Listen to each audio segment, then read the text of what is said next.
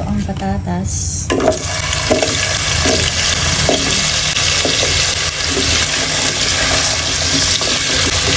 Lalagyan natin ng kaunting toaster. Nakakatulong ko para hindi agad mapanis yung ulam natin.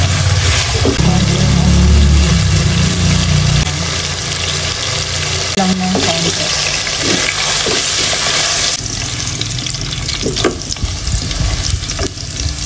Ayan, may konting toast na.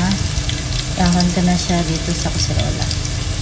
Sa parehas na kawali, magigisa na ako, angels. Unahin ko yung sibuyas. Palambutin lang na.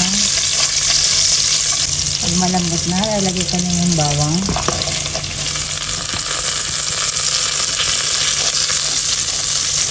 Habang nagigisa ako, lalagyan ko ng konting asin.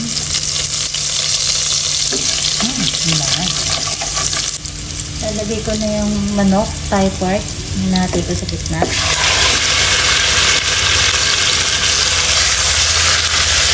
Igisa ko muna siya sa bawang at sibuyas.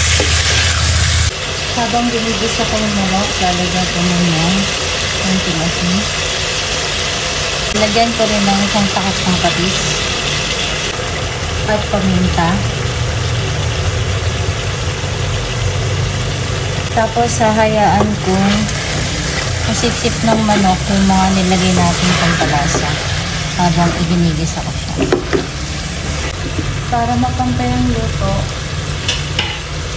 at lumabas pa yung ibang mga juices ng manok, tatakpan ko muna siya.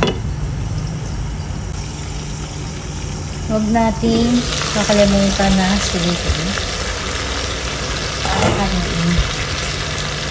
para pantay ang luto. Babalik ka rin ko lang. Takpan ko ulit para maluto naman yung kabilang side. So, i-check ko, angels. Ayan. Okay yung manok natin. Lalagay ko na yung tomato sauce. Lalagyan ko rin siya ng tomato paste. 2, 3, 4 tablespoon tomato paste. Haluin natin at iisang mabuti.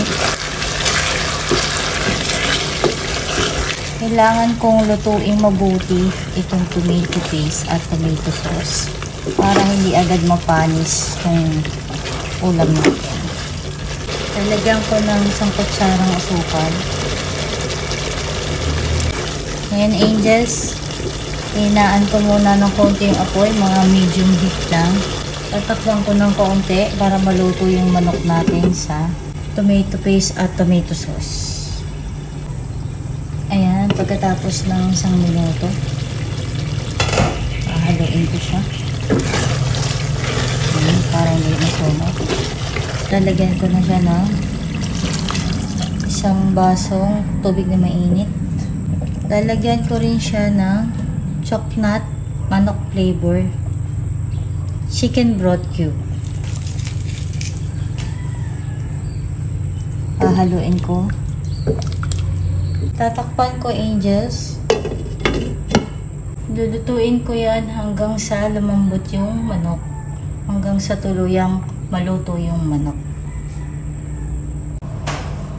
Habang pinapakuluan, angels, huwag natin kakalimutan halu-haluin paminsan-minsan. Titignan ko na, angels, kung malambot na yung manok natin.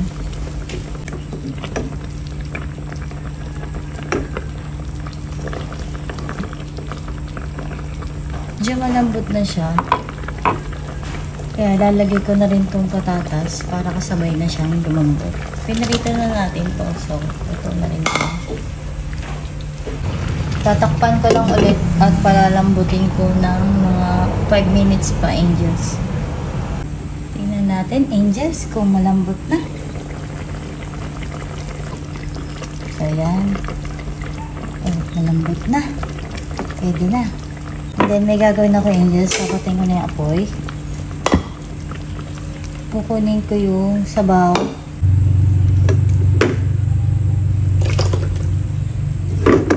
Yan, okay na yun, angels. So, bakit ako nagtanggal ng mga sarsa? Kasi ilalock in natin yung flavor nung niluto natin. So, bubuksan ko to sa high heat. Yan. And then, papasip-sip ko sa kanya yung natitirang sarsa dito. Sa ano natin. Sa kaserola natin. Para ma-lock in yung flavors dun sa manok. At ano siya, medyo ma-fried ng konti. Magla-lock in yung flavors ng timpla natin dun sa manok at dun sa patatas. So, hahalo-haluin natin yung paminsan-minsan para hindi masunog. So, gusto ko pa siyang dagdagan ng mga isang sandok pa para mas masiksik na yung lasa ng timpla natin.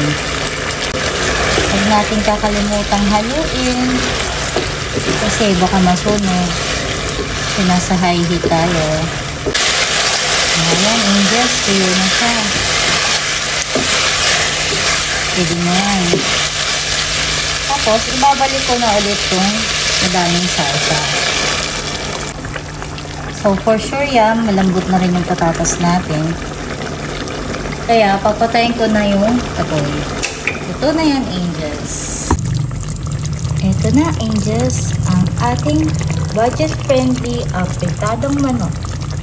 Try it and enjoy, angels. Thank you for watching. Bye-bye.